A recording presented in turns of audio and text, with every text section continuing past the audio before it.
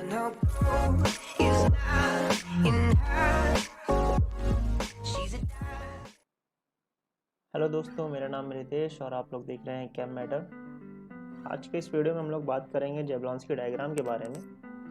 जेबलॉन्स्की diagram दिया था Polish physicist Alexander जेबलॉन्स्की ने इन 1993 और इनका जन्म हुआ था 1898 में और इनकी मृत्यु हुई थी 1980 में। जेबलॉन्स्की डायग्राम जानने से पहले हम लोग कुछ बेसिक टर्म्स जान लेते हैं, जैसे कि radiative transition, non radiative transitions और singlet states, triplet states. Radiative transition is the one in which energy is released as photon. This involves emission or absorption. तो ऐसी कोई भी फिनोमेना जिसमें लाइट इन्वॉल्व होती है, रिलीज होती है या फिर एब्जॉर्ब होती है, वो सभी फिनोमेना जो होते हैं रेडिएटिव ट्रांजिशंस के अंडर आते हैं, जैसे कि एब्जॉर्प्शन, फ्लोरोसेंस और फॉस्फोरेसेंस ऑल्सो। इसमें भी लाइट एमिट होती है फॉस्फोरेसेंस। और non radiative transition is the one the electron can make the transition without photon and energy goes to atmosphere। इसमें आते हैं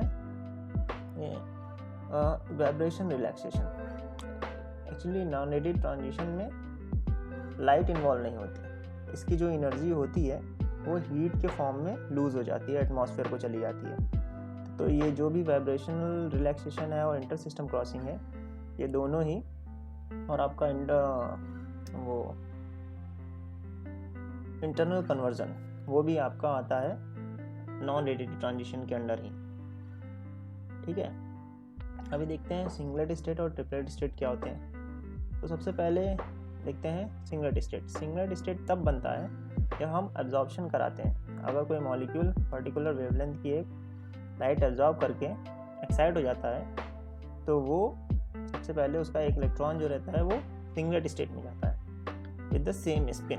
ये डाउनवर्ड डायरेक्शन में है और सिंगलेट स्टेट में भी, सिंगलेट एक्साइटेड स्टेट में भी वो डाउनवर्ड डायरेक्शन में ही रहेगा।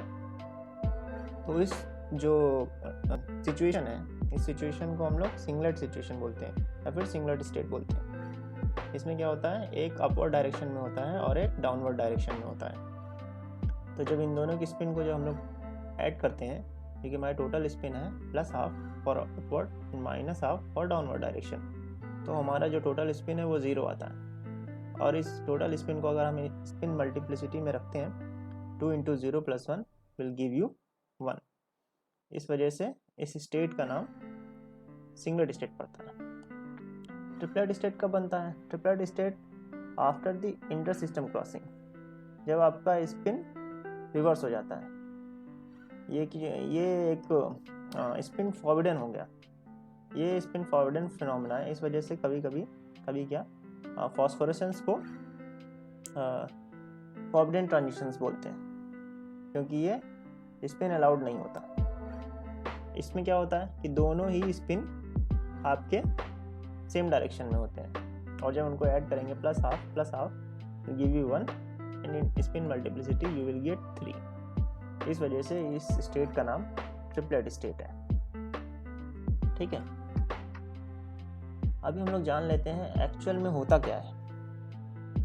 एक्चुअल में जब आपका मॉलिक्यूल लाइट एब्जॉर्ब करने के बाद सबसे पहले वो एक्साइटेड स्टेट के वाइब्रेशनल स्टेट्स में पहुंचता है। वाइब्रेशनल स्टेट में डायरेक्ट ग्राउंड स्टेट में नहीं रहेगा, वो एक्साइटेड वाइब्रेशनल स्टेट में ही जाता है, और फिर वहाँ से वो वाइब्रेशनल रिलैक्सेशन के थ्रू नीचे आता है, और फ्लोरोसेंस देने के लिए वो लोएस्ट वाइब्रेशनल स्टेट में आता है, और उसके बाद से वो सिंगलेट एक्साइटेड स्टेट से सिंगलेट ग्राउंड स्टेट में आता है। सिंगलेट ग्राउंड स्टेट में तभी फ्लोरोसेंस होगा। पासाज रूल भी यही बोलते हैं। पासाज रूल बोलता है कि आपका जो एप्रिशिएबल यील्ड ऑफ फ्लोरोसेंस या फिर फॉस्फोरेसेंस होगा, yield only from the lowest excited state of given multiplicity। आपका जो फ्लोरेसेंस आएगा वो कभी भी हायर वाइब्रेशनल स्टेट से नहीं आएगा, वो हमेशा लोएस्ट वाइब्रेशनल स्टेट से ही आएगा। अगर आप इंटर सिस्टम क्रॉसिंग के बाद भी वो आपका एक्साइटेड वाइब्रेशनल स्टेट में ही रहता है, और वहाँ से वाइब्रेशन रिलैक्सेशन के थ्रू वो लोएस्ट वाइब्रेशनल स्टेट में आता है, और फिर वहाँ से ट्रिपलेट से फिर वो सिंगलेट स्टेट में आता है, तब जाके आपको फॉस्फोरेसेंस मिलता है। ये एक्चुअली फिनोमेना है। अब ऐसा भी कुछ है जो आपको बताएगा कि जो एक्साइटेशन होता है वो मैक्सिमम कब होता है और स्ट्रेट होता है।